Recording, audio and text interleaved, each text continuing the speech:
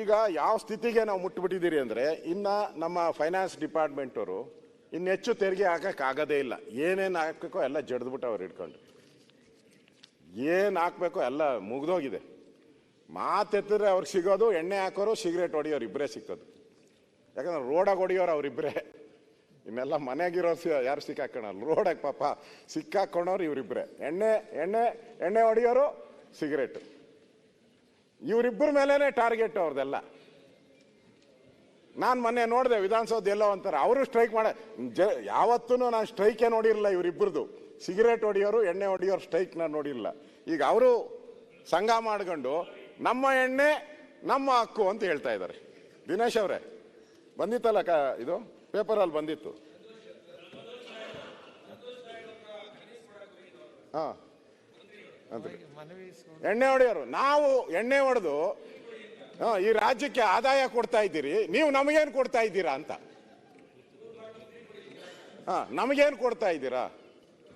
ನಮ್ಮ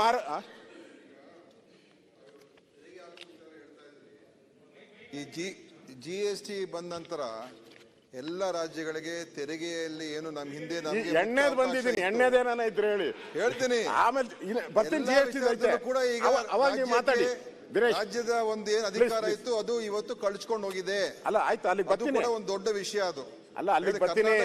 ಈಗ ಎಣ್ಣೆ ಸುದ್ದಿಗೆ ಬಿಟ್ಬಿಡಿ, ಅಲ್ಲಿಗಿದ್ದ ನಿಮ್ದು ಇದೆ ಹೆಲ್ತ್ ಡಿಪಾರ್ಟ್ಮೆಂಟ್ ಅವರು, ಅವ್ರು ನಿಮ್ಮನ್ನೇ ಕೇಳ್ತಾ ಇರೋ ದುಡ್ಡು, ನಮ್ಮ ಎಣ್ಣೆ ದುಡ್ಡು ಎಲ್ಲಿ ಹೋಗ್ತಾ ಇದೆ, ನಮ್ಮ ಆರೋಗ್ಯಕ್ಕೆ ಎಷ್ಟು ಕೊಡ್ತಾ ಇದ್ದೀರಾ ಅಂತ ಕೇಳ್ತಾ ಇದ್ದಾರೆ. ನಿಮ್ಮ ಹತ್ರ ಅದಕ್ಕೆ ಸುದ್ದಿನೇ ಇಲ್ಲ. ಇವತ್ತು ತೆರಿಗೆ ಹೊರಟೋಗಿದೆ ಈಗ ರಾಜ್ಯಕ್ಕೆ. ಈಗ ಉಳಿದಿರೋದು ಪೆಟ್ರೋಲು, ಡೀಸೆಲ್, ಎಕ್ಸೈಸ್ ಬಿಟ್ರೆ ಯಾವ್ದ್ರ ಮೇಲೆ ಕೂಡ ತೆರಿಗೆ ಹಾಕಕ್ಕಾಗಲ್ಲ. ನಾವು ನೀವಿದ್ದಾಗಲೂ ಅದೇ ಪ್ರಾಬ್ಲಮ್ ಇತ್ತು, ನಾವಿದ್ದಾಗಲೂ ಅದೇ ಸಮಸ್ಯೆ ಇದೆ. ಮತ್ತೆ GST ಅನ್ಯಾಯ ಆದ್ರೆ ನಾವು ಅದನ್ನ ಸರಿಪಡಿಸ್ಕೊಳ್ಳೋಕ್ಕೂ ಆಗಲ್ಲ. ಈಗ ಆ ಪರಿಸ್ಥಿತಿ ಬಂದ್ಬಿಟ್ಟಿದೆ. ಆಯ್ತಾ? ಇಲ್ಲ ಇರಲಿ. ಆಮೇಲೆ ನಿಮ್ಮ ಇದಕ್ಕೆ ಬಂದಾಗ ಮಾತಾಡಿರು. ಇಲ್ಲಿ ಪ್ರಶ್ನೆ ಇರೋದು ನೋಡಿ, ಒಳ್ಳೆ ಪಾಯಿಂಟ್ ಬಂದಾಗ ಎಲ್ಲ ಎದ್ದು ಬಿಡ್ತಾರೆ ನೋಡಿ, ಕರೆಕ್ಟ್ ಆಗಿ. ಒಳ್ಳೆ ಪಾಯಿಂಟ್ ಬಂದಾಗ ಡೈವರ್ಟ್ ಮಾಡೋಕೆ ಕರೆಕ್ಟ್ ಆಗಿ ಎದ್ದು ಬಿಡ್ತಾರೆ. ಇಲ್ಲ ಅದು ಅನುಭವಿಸಿದಾಗ ಅದ್ರ ಬಗ್ಗೆ ಗೊತ್ತಾಗತ್ತ. ಸುಮ್ಮ ಪಕ್ಕದವ್ರ ಕೇಳಿಕೆ ಹೇಳೋದಲ್ಲ, ನೀವು ಅನುಭವಿಸಿ ಹೇಳಿದ್ರೆ ನಾನು ಒಪ್ಕೊಂತೀನಿ. ಇನ್ನ ಯತ್ನಾಳ್ ಸಾಹೇಬ್ರು ಓಕೆ ಅವ್ರು ಅಂದ್ರೆ ಒಪ್ಕೊಂತೀನಿ. ನಾವು ದೋಸ್ತರದೀವಿ. ಈ ಅಶೋಕ ನೀವ್ ಯಾಕೆ ಮಾತಾಡಕತ್ತೀರಿ ಸರ್? ನಾನೇ ಒಪ್ಪಿಗೆಂದಿಲ್ಲ ಸರ್, ನಾನೇ ಒಪ್ಪಿಗೆಂದಿ. ಯತ್ನಾಳ್ ಸಾಹೇಬ್ರು ಹೇಳಿದ್ರು ಒಪ್ಪಿಗೆಂತೀನಿ ನಾನು ಅಂತ. ಅಶೋಕ ನಮ್ಮ ಬಗ್ಗೆ ಮಾತಾಡಕ ಅಪ್ಪನ ಮಾಡಕ ಸಮಾಜಕ್ಕೆ ಪಕ್ಷದ ನಾಯಕರು ಮಾತಾಡ್ಲಿ. ಅಧ್ಯಕ್ಷರೇ, ಸನ್ಮಾನ್ಯ ಉಪಾಧ್ಯಕ್ಷರೇ, ಇಲ್ಲಿ ತೆರಿಗೆಗೆ ನಮಗೆ ಸಿಗುವಂಥ ಈಸಿ ಮೆಥಡ್ ಅಂತ ಹೇಳಿದ್ರೆ, ಮತ್ತೆ ಅನಾರ್ಗನೈಸಿಂಗ್ ಸೆಕ್ಟರ್ ಅವ್ರದ್ದು. ನೀವು ಯಾವುದೋ ಇಂಡಸ್ಟ್ರೀಸ್ಗೆ ತೆರಿಗೆ ಜಾಸ್ತಿ ಮಾಡಿದ್ರಿ, ಅವರೆಲ್ಲ ಬರ್ತಾರೆ, ದೊಡ್ಡ ನಿಯೋಗ ಬರ್ತಾರೆ. ಅವರು ಪ್ರಿಯಾಂಕಾ ಅವರ ಮನೆಗೆ ಬರ್ತಾರೆ, ಇನ್ನೊಬ್ಬರ ಎಲ್ಲರ ಮನೆಗೆ ಬಂದ್ಬಿಟ್ಟು ನಾವು ಈ ರಾಜ್ಯವನ್ನು ಬಿಟ್ಟು ಹೈದರಾಬಾದ್ ಕಡೆ ಹೋಗ್ತೀನಿ ಅಂತ, ನಾವು ಈ ರಾಜ್ಯ ಬಿಟ್ಟು ಬಾಂಬೆಗೆ ಹೋಗ್ತೀರಿ ಅಂತೇಳಿ ಗೋವಾಗ ಬೇರೆ ಹೋಗೋದು. ಅವಾಗಂದು ಫಸ್ಟದು ಎಣ್ಣೆದದು ಹೋಗ್ತೀನಿ ಅಂತಾರೆ. ಅವ್ರಿಗೆ ನೀವು ತೆರಿಗೆ ಹಾಕಲ್ಲ. ಮತ್ತೆ ದಿನನಿತ್ಯದ ವಸ್ತುಗಳ ಮೇಲೆ ಹಾಕಕ್ಕೆ ಹೋದ್ರೆ ಅಲ್ಲಿ ಜನ ಓಟ್ ಹಾಕಲ್ಲ ನಿಮ್ಗೆ.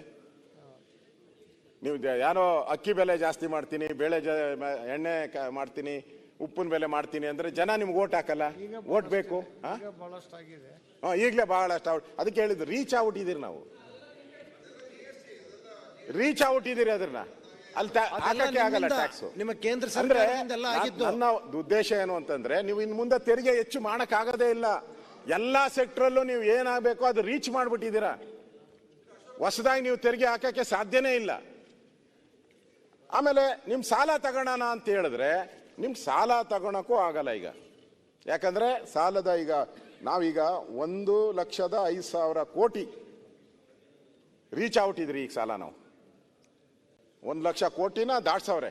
ನಮ್ಮ ಗೌರವಾನ್ವಿತ ಮುಖ್ಯಮಂತ್ರಿಗಳಾದಂಥ ಸನ್ಮಾನ್ಯ ಶ್ರೀ ಸಿದ್ದರಾಮಯ್ಯನವರು 1,00,000 ದಾಟಿಸಿದಂಥ 15ನೇ ಬಡ್ಜೆಟ್ಗೆ ನಮ್ಮ ದುರಾದೃಷ್ಟ. ಮುಂಚೆ ಬಂದಿದ್ರೆ ಒಳ್ಳೆ ಇದ್ದು, ಕರೆಕ್ಟಾಗಿ 15 ನಂಬರ್ಗೆ ಬಂದಾಗೆ 1,00,000 ದಾಟಿಸ್ಬಿಟ್ಟವ್ರು. ಮತ್ತೆ ಇದನ್ನು ಕೂಡ ಸಾಲ ಮಾಡಿದ್ರೆ ಇನ್ನೂ ನಮ್ಮ ಬ್ಯಾಡ್ ಸ್ಟೇಜ್ಗೆ ನಾವು ಹೋಗ್ತೀರಿ. ಅದರಿಂದ ನಮ್ಗೆ ಎಲ್ಲೇನಾಗ್ತಾ ಇದೆ, ಬಂಡವಾಳದ ವೆಚ್ಚ ಕಡಿತ ಆಗಿ ನಾವು ಒಂದು ರೀತಿ ಆರ್ಥಿಕ ದುಸ್ಥಿತಿಗೆ ತಳ್ಳುವಂಥ ಪರಿಸ್ಥಿತಿಗೆ ನಾವು ಇವತ್ತು ಬಂದಿದ್ದೀರಿ. ರಾಜ್ಯದ ಒಟ್ಟು ಸಾಲ ನಮ್ಮ ಮೇಲೆ ಇರುವಂಥದ್ದು, ರಾಜ್ಯದಲ್ಲಿ ಇದುವರೆಗೂ ಸಾಲ ಮಾಡಿರೋದು ಕಳೆದ ಹಲವಾರು ವರ್ಷಗಳಲ್ಲಿ 6,65,095 ಕೋಟಿ ತಲುಪಿದ್ದೀರಿ ನಾವು. ಆಲ್ಮೋಸ್ಟ್ ಆಲ್ ನಮ್ಮ ಟೋಟಲ್ ಕರ್ನಾಟಕ ರಾಜ್ಯದ್ದು 6,65,095 ಕೋಟಿ, ಕರೆಕ್ಟ್ ಅಲ್ಲ? ಅಂದರೆ ಕರ್ನಾಟಕದ ಜನಸಂಖ್ಯೆಯನ್ನು ನಾವು 7.5 ಕೋಟಿ ಇಟ್ಕೊಂಡ್ರು ಕೂಡ ಒಬ್ಬನ ತಲೆ ಮೇಲೆ 95,013 ರೂಪಾಯಿ ಬೀಳ್ತೈತೆ. ಈಗ ನಿಮ್ಮ ತಲೆ ಮೇಲೆ ನೀವೇನು ಸಾಲ ಮಾಡಿಲ್ಲ, ಆದರೆ 95,000 ನಿಮ್ಮ ತಲೆ ಮೇಲೆ, ನಮ್ಮ ಎಲ್ಲರ ತಲೆ ಮೇಲೂ ಇದೆ. ಈ ಪರಿಸ್ಥಿತಿಗೆ ರೀಚ್ ಆಗ್ಬಿಟ್ಟಿದ್ದೀರಿ ಈಗ. ಅಂದರೆ ಇನ್ನು ನಾವು ಸಾಲ ಮಾಡೋಕ್ಕೂ ಆಗಲ್ಲ, ಟ್ಯಾಕ್ಸ್ ಹಾಕೋಕ್ಕೂ ಆಗಲ್ಲ, ಸಾಧ್ಯ ಇಲ್ಲ. ಆ ಪರಿಸ್ಥಿತಿಗೆ ಇವತ್ತು ನಮ್ಮ ಸ್ಥಿತಿ ತಲುಪಿದೆ ಅನ್ನೋದನ್ನು ನಾನು ಹೇಳ್ತಾ ಇದ್ದೀನಿ. ಅದರಿಂದ ನಮಗೆ ಇವತ್ತು ವಿತ್ತೀಯ ಕೊರತೆ 2022-23ರಲ್ಲಿ 2.14 ಇತ್ತು. 2023-24ರಲ್ಲಿ 2.67 ಆಗಿದೆ. 2024-25ರಲ್ಲಿ ಮೋಸ್ಟ್ಲಿ ಅದು 2.995ಗೆ ಹೋಗುವಂಥ ಪರಿಸ್ಥಿತಿ ಇದೆ. 3ಕ್ಕೆ ಹೋಗ್ಬೋದನೋ ಅಂತ ಗೊತ್ತಿಲ್ಲ, ನಮ್ಮ ಇದ್ರ ಪ್ರಕಾರ ಅಷ್ಟಿದೆ. ಮತ್ತೆ ವಾರ್ಷಿಕ ಸಾಲ ಎತ್ತುವಳಿ ಏನಿದೆ, ಬಾರೋಯಿಂಗ್ಸ್, 2022-23ರಲ್ಲಿ 44,548.72 ಕೋಟಿ ತಗೊಂಡಿದ್ದು ಆ ವರ್ಷ 22-23ರಲ್ಲಿ. 23-24ರಲ್ಲಿ 85,818 ಕೋಟಿ ಸಾಲ ತಗೊಂಡಿದ್ರಿ. ಕೇವಲ 2 ವರ್ಷದಲ್ಲಿ ಸಾಲದ ಪ್ರಮಾಣ 13.6%ಗೆ ಏರಿಕೆ ಆಗಿದೆ. ಈಗ ನಾವು 1,05,000ಕ್ಕೆ ಬಂದಿದ್ದೀರಿ. ವಾರ್ಷಿಕ ಬಡ್ಡಿ ಪಾವತಿ, ನಾವು ಎಷ್ಟು ಸಾಲಕ್ಕೆ ಬಡ್ಡಿ ಕಟ್ತಾ ಇದ್ದೀರಿ ಇಯರ್ಲಿ, 2022-23ರಲ್ಲಿ 28,427.15 ಕೋಟಿ ಬಡ್ಡಿ ಕಟ್ತಾ ಇರೋದು. 28,000 ಕೋಟಿಗೂ ಹೆಚ್ಚು ನಾವು ಬಡ್ಡಿ ಕಟ್ತಾ ಇದ್ದೀರಿ 22-23ರಲ್ಲಿ. 23-24ರಲ್ಲಿ 30,542.79 ಕೋಟಿ. ಹಿಂಗೆ ನೀವು ಮುಂದುವರೆದ್ರೆ 30,000ಕ್ಕೆ ಬಂದಿದ್ದೀರಿ. ಈಗ ಇದೇ ಥರ ಮುಂದುವರೆದ್ರೆ ಮುಂದಿನ 3 ವರ್ಷಗಳಲ್ಲಿ ಅಂದಾಜು, ನಾನು ಹೇಳೋದು ಮುಂದಿನ 3 ವರ್ಷ ಅಂದಾಜು ನಾವು 73,000 ಕೋಟಿಗೆ ಹೋಗ್ತೀವಿ. ನಾವು ಬಿರಿ ಬಡ್ಡಿ, ನಾವು ಅಭಿವೃದ್ಧಿಗೆ ಖರ್ಚು ಮಾಡ್ತಾ ಇರೋದೇ ಇಲ್ಲಿ 50,000 ಕೋಟಿ ಏನು ಅಭಿವೃದ್ಧಿಗೆ ಅಂದಾಜು. ನಾವು ಬಡ್ಡಿನೇ 73,000 ಕೋಟಿಗೆ ಹೋಗ್ತಾ ಇದ್ದೀವಿ. ಅದರಿಂದ ನಾರ್ಮಲಿ ನೋಡಿ ಉಪಾಧ್ಯಕ್ಷರೇ, ನಮ್ಮ ಕರ್ನಾಟಕ, ತಮಿಳುನಾಡು, ಮಹಾರಾಷ್ಟ್ರ ಈ ಥರದ ರಾಜ್ಯಗಳೇನಿದೆ, ಇದು ನಮ್ಮದು ದೇಶದ GDP-ಗಿಂತ ನಾವು ಜಾಸ್ತಿ ಇರ್ತೀರಿ ಯಾವಾಗಲೂ ಕೂಡ. ನಾವು ಅಭಿವೃದ್ಧಿ ಹೊಂದಿರೋವಂಥದ್ದು. ನಾವು ಆ ಬೇರೆ ಬೇರೆ ರಾಜ್ಯಗಳ GDP ಕಡಿಮೆ ಇದ್ದರೆ ನಮ್ಮ GDP ಜಾಸ್ತಿ ಇರ್ತೈತೆ. ಕೋವಿಡ್ ಬಿಟ್ಟರೆ ಮೊದಲ ಬಾರಿಗೆ ನಾವು ಆ ನ್ಯಾಷನಲ್ ಆವರೇಜ್ ಇದೆಯಲ್ಲ, ಆ ನ್ಯಾಷನಲ್ ಆವರೇಜ್ಗಿಂತ ಕಡಿಮೆ ಬಂದಿದ್ರಿ. ಕರ್ನಾಟಕ 23-24ರಲ್ಲಿ 6.6 ಆಗ್ಬೋದು, ಆದರೆ ಭಾರತದ ಎಷ್ಟಿದೆ ಅಂದರೆ 7.3 ಇದೆ. ಕಳೆದ ಬಾರಿ ನಾವು ಎಷ್ಟಿದ್ರಿ? 8.1 ಇದ್ರಿ. ನಾವು ಕಳೆದ ವರ್ಷ 8.1 ಇದ್ರಿ, ಈ ಸರಿ 6.6ಗೆ ಬಂದಿದ್ರಿ. ಭಾರತದ ಎಷ್ಟಿದೆ? 7.3 ಇದೆ. ಅಂದರೆ ಪ್ರತಿ ಸರಿನೂ ಕೂಡ ನಾವು ದೇಶದ ಆವರೇಜ್ಗಿಂತ ಮೇಲೆ ಇದ್ದವರು. ಮೊದಲ ಬಾರಿಗೆ ನಾವು ಕೂಡ ಕೆಳಗಡೆ ಬಂದ್ವಿ. ಮೊದಲ ಬಾರಿ ಅಲ್ಲ, ಕೋವಿಡ್ ಇದ್ದಾಗ ಬಂದಿದ್ರಿ ನಾವು, ಈಗ ಮತ್ತೆ ಬರ್ತಾ ಇದ್ರಿ. ಅದರಿಂದ ನಾವು ಎಲ್ಲಿಗೆ ನಮ್ಮ ವೇಗ ಹೋಗ್ತಾ ಇದೆ, ನಾವು ಎಲ್ಲಿ ತಪ್ಪು ಮಾಡ್ತಾ ಇದ್ದೀರಿ ಅಂತ ಸರ್ಕಾರ ತಿಳ್ಕೊಬೇಕು ಅನ್ನೋದು ಅಷ್ಟೇ. ಇದರಲ್ಲಿ ಬಡ್ಜೆಟ್ಟು ಸಿದ್ದರಾಮಯ್ಯನವ್ರ ಬಡ್ಜೆಟು ಅಲ್ಲ, ನನ್ನ ಬಡ್ಜೆಟು ಅಲ್ಲ, ಇದು ರಾಜ್ಯದ 7.5 ಕೋಟಿ ಜನಗಳ ಮೇಲೆ ಬೀಳುವಂಥ ತೆರಿಗೆ ಮತ್ತು ಸಾಲದ ಹೊರೆ. ಅದರಿಂದ ಇದನ್ನ ನಾವು ಸರಿಪಡಿಸ್ಕೊಬೇಕು. ನಿಜ, ಓಟ್ಗೋಸ್ಕರ ರಾಜಕಾರಣಕ್ಕೋಸ್ಕರ ಮಾಡೋಂಥದ್ದು ಇದ್ದೇ ಇರ್ತದೆ, ಅದು ಬೇರೆ ಪ್ರಶ್ನೆ.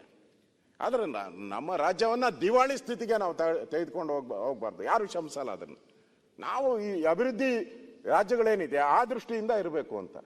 ಮತ್ತೆ ಪದೇ ಪದೇ ನಾವು ಯಾವುದೇ ರೀತಿ ಅನ್ಯಾಯವನ್ನು ಮಾಡಿಲ್ಲ, ಈ ಬಡ್ಜೆಟಲ್ಲಿ ಎಲ್ಲರಿಗೂ ನ್ಯಾಯವನ್ನು ಕೊಟ್ಟಿದ್ದೀರಿ, ಯಾವುದೇ ಬಡವರಿಗಿರ್ಬೋದು, ವಿದ್ಯಾರ್ಥಿಗಳಿಗಿರ್ಬೋದು, ಹಿಂದುಳಿದವ್ರಿಗಿರ್ಬೋದು, ಯಾರಿಗೂ ಅನ್ಯಾಯ ಮಾಡಿಲ್ಲ ಅಂತ ಹೇಳ್ತಾರೆ. ನಾನು ಚೆಕ್ ಮಾಡ್ಕೊಬೋದು ಒಂದ್ಸರಿ, ನಾನು ಸರ್ಕಾರದಿಂದ ತರಿಸಿರೋ ದಾಖಲೆಯಲ್ಲೇ ಹೇಳ್ತಾ ಇದ್ದೀನಿ. ನೀವು ಒಂದು ರೀತಿ ಬಡವರಿಗೆ, ವಿಶೇಷವಾಗಿ ಕೂಲಿ ಮಾಡುವಂಥ ಜನಕ್ಕೆ ಈ ಬಡ್ಜೆಟಲ್ಲಿ ಮೋಸ ಮಾಡಿದ್ದೀರಾ, ಅನ್ಯಾಯ ಮಾಡಿದ್ದೀರಾ, ದ್ರೋಹ ಮಾಡಿದ್ದೀರಾ. ಯಾಕೆ ಅಂತ ಹೇಳಿದ್ರೆ, ಕಾರ್ಮಿಕ ಇಲಾಖೆಯಲ್ಲಿ ವಿದ್ಯಾರ್ಥಿ ವೇತನ, ಇಲಾಖೆಯಲ್ಲಿ ವಿದ್ಯಾರ್ಥಿ ವೇತನ, ಕಟ್ಟಡ ಕಾರ್ಮಿಕ ಮಕ್ಕಳಿಗೆ ನಮ್ಮ ಆಡಳಿತದ ಹಿಂದಿನ ಸರ್ಕಾರ ಹೆಚ್ಚಿನ ಸ್ಕಾಲರ್ಶಿಪ್ ಸೌಲಭ್ಯ ನೀಡುತ್ತಿತ್ತು. ನಿಮ್ಮ ಸರ್ಕಾರ ಕಾರ್ಮಿಕ ಬಂಧು ಅಂತ ಸುಳ್ಳು ಹೇಳಿ ಸರ್ಕಾರ ಬಂದ ನಂತರ ಕಟ್ಟಡ ಕಾರ್ಮಿಕರ ಬೆನ್ನಿಗೆ ಚೂರಿ ಹಾಕಿದ್ದೀರಾ ಅಂತ ಆಯ್ತು. ಸ್ಕಾಲರ್ಶಿಪ್ ಬಗ್ಗೆ ನಮ್ದೇನಿದೆ, ದಿನಾಂಕ 30/10/2023 ಕಾಂಗ್ರೆಸ್ ಸರ್ಕಾರದ ಆದೇಶ. ನಮ್ಮದು 1ನೇ ತರಗತಿಯಿಂದ 5ನೇ ತರಗತಿವರೆಗೂ 1ನೇ ತರಗತಿಯಿಂದ ಸ್ಕಾಲರ್ಶಿಪ್ ಕೊಡ್ತಾ ಇದ್ದಿದ್ದು 5,000 ರೂಪಾಯಿ ಕೊಡ್ತಾ ಇದ್ರು. 1ನೇ ತರಗತಿಯಿಂದ 5ನೇ ತರಗತಿವರೆಗೂ 5,000 ರೂಪಾಯಿ ಕೊಡ್ತಾ ಇದ್ರಿ. ಈಗ 1,100 ರೂಪಾಯಿ ಕೊಡ್ತಾರೆ. ಕಾಪಿ ಬೇಕಾದ್ರೆ ಕೊಡ್ತೀನಿ, ನನ್ನ ಹತ್ರ ಇದೆ ಕಾಪಿ, 2 ಕಾಪಿನ.